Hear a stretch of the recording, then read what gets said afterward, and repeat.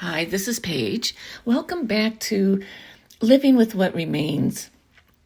This week, we're talking about racing foreclosure as the executor.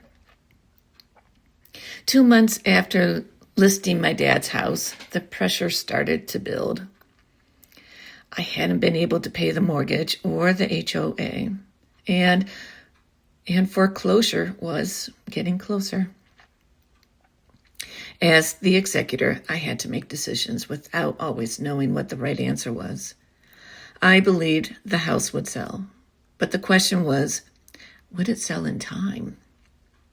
We had showings. My realtor, she worked incredibly hard, but no offers came in. So we lowered the price by a drastic $25,000. The very next day, we received a cash offer. Closing was set for 20 days later, and for the first time in a while, it felt like things might actually work out. Preparing for closing felt manageable compared to everything that had come before it. But there was still a quiet tension, waiting for confirmation that everything would go through as planned. We received that confirmation 24 hours before closing. Everything was set. I remember feeling a cautious kind of relief. Then, the morning of closing, something unexpected happened. At 5 o'clock a.m., I tried to log into the trust account. I couldn't access it. Later that morning, the bank told me they had closed the account. A clerical error on their end the day before closing. In that moment, everything that had been moving forward suddenly felt uncertain again. There were only hours before closing, and the account meant to receive the funds didn't exist. It was eventually resolved. The account was reopened. The funds came through, and the house closed.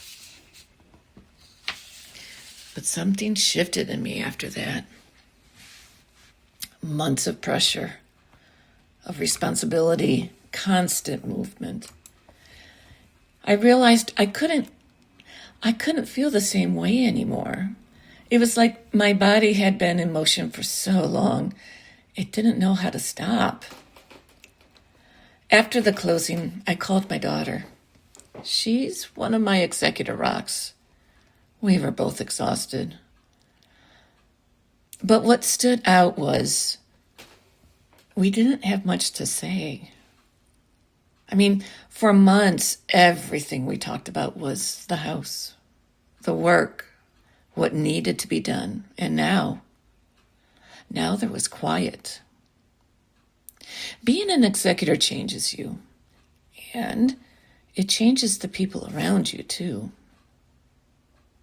If you've ever had to carry responsibility under pressure like this, you know how much it can take out of you. And if you're in that space right now, you're not alone. This channel is about what it really looks like to live with what remains.